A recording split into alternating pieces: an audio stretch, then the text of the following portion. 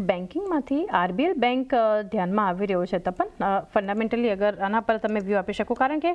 અત્યારે આ ઘટાડામાં 0.5% ખરીદારી છે પરંતુ આ માર્કેટમાં અત્યારે એક મજબૂતી ગઈકાલે પણ આ સ્ટોક એક મજબૂત હતો પરંતુ ફંડામેન્ટલી તમે કઈ રીતે જોઈ રહ્યા છો આરબીએલ બેંકને?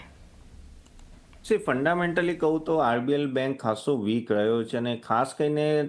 પહેલાં જ્યારે એમએફઆઈ લેન્ડિંગનો આવ્યો હતો ત્યારે બહુ ઇશ્યુઝ આવ્યા હતા અને પછી તમે જો તો 1.5-3 વર્ષ પછી એટલું પરફોર્મન્સ પણ છેલ્લા 4-5 મહિનાથીનો ઓવરઓલ પાછું પરફોર્મ કરવાનું ચાલુ કર્યું. ઓલમોસ્ટ 160થી 260ના લેવલે આવ્યો અને અહીંયાથી હવે થોડું એક રિકવરી મોડમાં આવી રહ્યો છે. જે ફંડામેન્ટલી જોવું ને તો 4-5 વર્ષથી એટલું થોડું એમએફઆઈ લેન્ડિંગનો એટલો મોટો ઇશ્યુ ચાલતો હતો કે એના લીધે સ્ટોક પરફોર્મ હતો પણ હવે એમાં થોડું એવું લાગે છે કે એમએફઆઈ લેન્ડિંગમાં હવે નેક્સ્ટ કુછ ક્વાર્ટરમાં ઘસો એવું રિઝોલ્યુશન થશે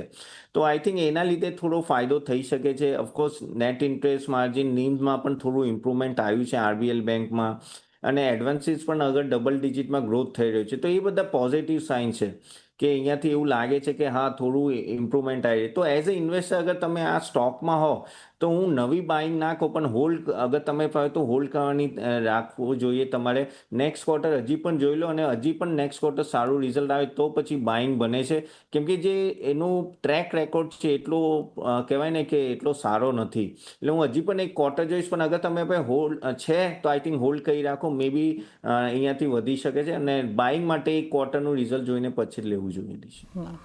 હોલ્ડ કરી શકો છો અહીંયાથી પરંતુ અગર ફ્રેશ એન્ટ્રી કરવી છે તો એકાદ ક્વાર્ટરના પરિણામની રાહ જોઈ શકો છો. આરબીએલ બેંક માટેનો એક વ્યૂ બનતો જોઈ રહ્યા છે. ટીસીએસની